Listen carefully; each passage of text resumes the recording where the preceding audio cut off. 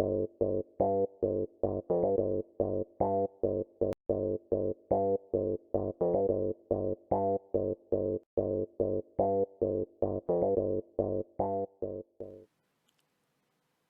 sujets du Royaume de France, chers amis chevaliers, bienvenue sur la chaîne de l'Aventurier catholique et dans mon Royaume d'Auvergne. Alors le Royaume d'Auvergne, c'est l'endroit, la clos autour de ma maison, duquel je suis roi. Ça ne va pas chercher plus loin, je ne suis pas roi de l'Auvergne comme certains le prétendent. Donc tout d'abord, merci à toi Julien, comme tu n'es pas passé par le Tipeee, je n'ai pas eu ton nom qui apparaît sur mes boîtes mail. Mais merci à toi pour ton don très généreux. Voilà, je te remercie un peu tardivement parce que il a fallu que j'aille sur mon compte pour voir que tu m'avais viré une somme d'argent, 3 fois d'ailleurs. Bon, merci à toi pour la cause, pour faire avancer la chevalerie. On va faire un peu le tour de la proposition du net et des séquences d'inversion accusatoire et de propagande là qui deviennent claires et manifestes. Alors sur Europe 1, un truc génial, nous apprenons que le comité olympique a décidé que les Russes défileraient et auraient accès aux JO et défileraient en bande désorganisée et surtout pas sous le drapeau russe. Le drapeau russe est interdit comme il se doit.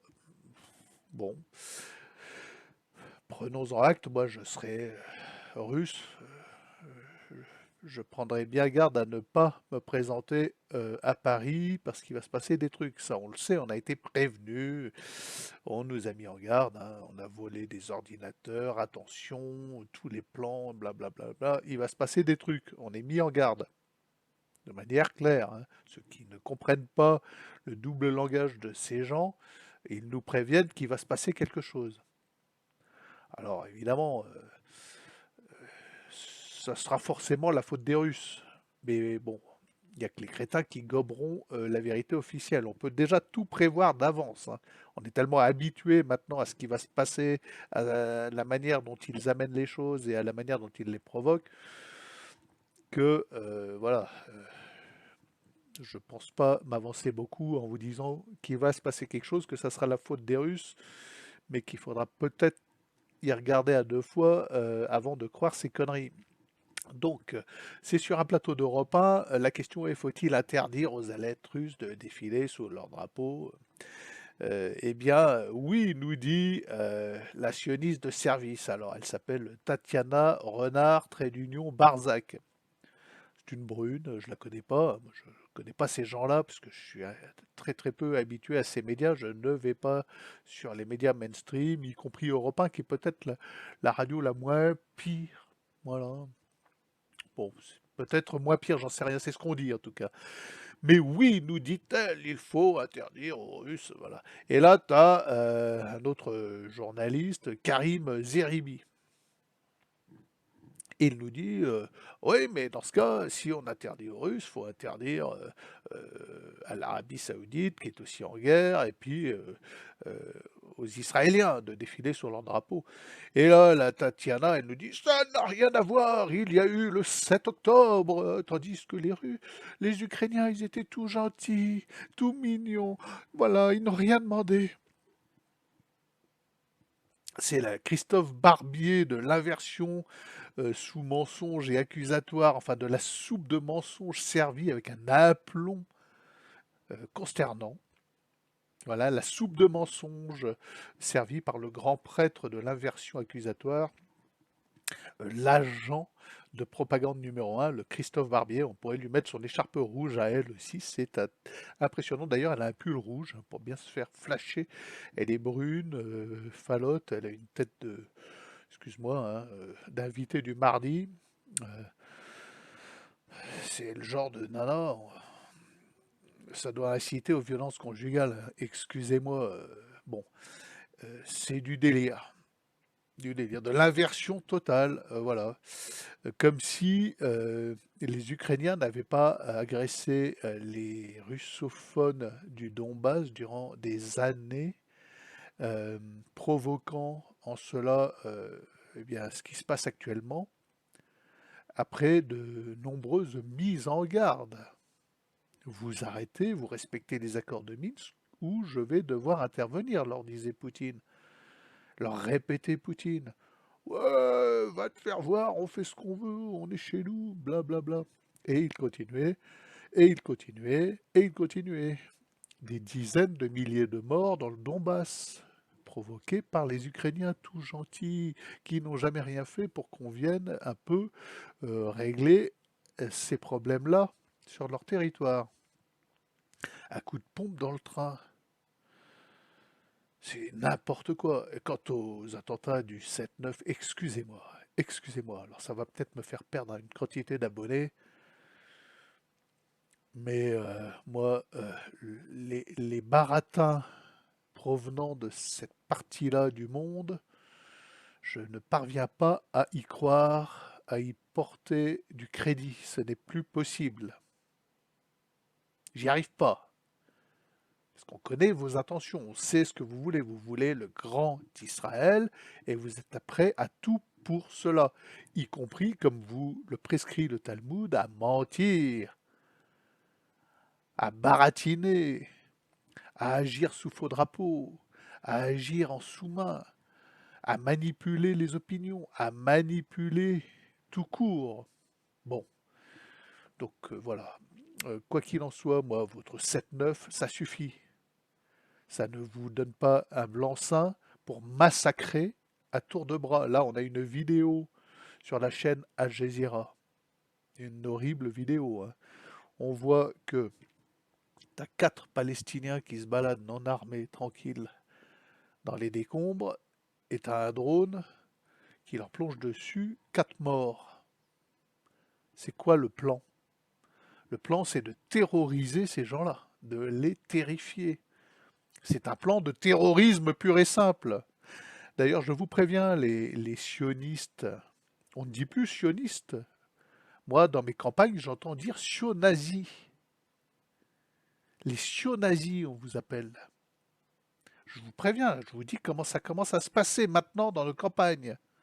Moi, j'y suis pour rien, j'entends, c'est tout. Je ne suis là que pour vous rapporter des faits. Mais ça commence à se voir que vous inversez tout, que vous mélangez tout et que vous mentez.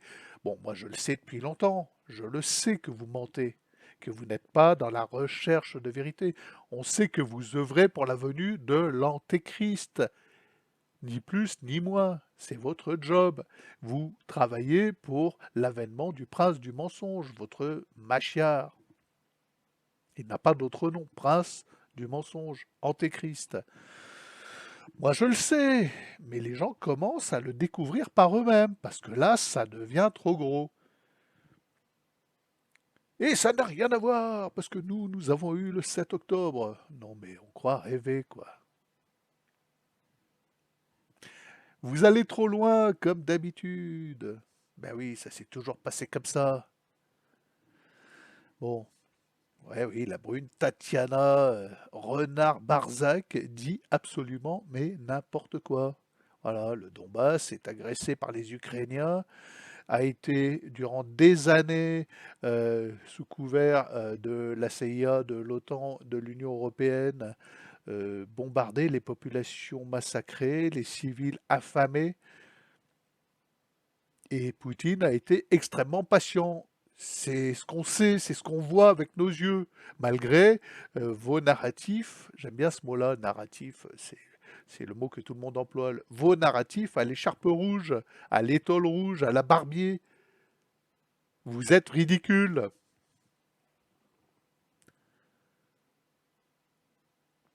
Voilà, et puis votre histoire officielle du 7 octobre, ça prend plus. Ça prend plus, hein, franchement. Depuis vos premiers pas sur la Lune, en passant par les attentats du 11-9, et avec ces gens qui se sont mis des milliards dans la poche. Bon, enfin, ça suffit, quoi. Ça suffit, les sionazis, ça suffit. Alors, dans la même lignée, hein, lors de son interview avec la petite Lapix, t'as Macron, Rocky Balboa. Il n'y a pas d'autre mot, vous l'avez tous vu, la photo de Macron avec des biceps à la Rocky Balboa frappant sur un sac de frappe. non, bah, franchement, non mais là, bon, on sait d'où ça vient, hein, c'est Macron. Je suis sûr qu'il est l'instigateur lui-même de cette photo et qu'il trouve ça bien et qu'il pense que les Français, qu'à l'international, on ne va pas se foutre de lui. Il pense que ça va redorer son blason de petit pervers, comme dit notre ami Piotr Tolstoï. Non mais on croit rêver, quoi. Alors donc que dit-il à la petite Lapix? Il dit «Et Poutine n'a jamais tenu aucun de ses engagements». Il dit ça comme ça. Et personne ne réagit. Personne ne lui dit «Mais quels engagements Poutine n'a-t-il pas tenus?» Il a tenu jusqu'à ses moindres mises en garde. Il vous a prévenu qu'il allait rentrer en Ukraine si vous continuiez à massacrer les populations du Donbass. Il vous a prévenu surtout sur toute la ligne de A à Z. Alors, j'ai cherché, moi j'ai fait ma petite recherche, engagement de Poutine non tenu. J'ai rien trouvé. Alors, monsieur le président, je vous le demande, si vous me regardez, je suis sûr que vous me regardez, quels engagements Poutine n'a-t-il pas tenus? Et si vous, vous savez, vous qui me regardez, quels engagements Poutine n'a pas tenus, dites-le moi en commentaire. Alors, je vous mets tout de suite les choses au point. Je me fous complètement que vous me taxiez de pro-Poutine, pro-russe, pro-machin, pro-truc, anti-machin, complotiste. J'assume. J'assume totalement. Moi, ce qui m'intéresse, c'est la vérité. Je ne supporte pas la manipulation. Je ne supporte pas d'être pris pour un jambon. Je ne supporte pas les inversions de soupe de mensonges à la Christophe Barbier. Je répugne à cela, ça me répugne, ça me révulse. Moi, j'aime les choses bordées, carrées et vraies et véridiques.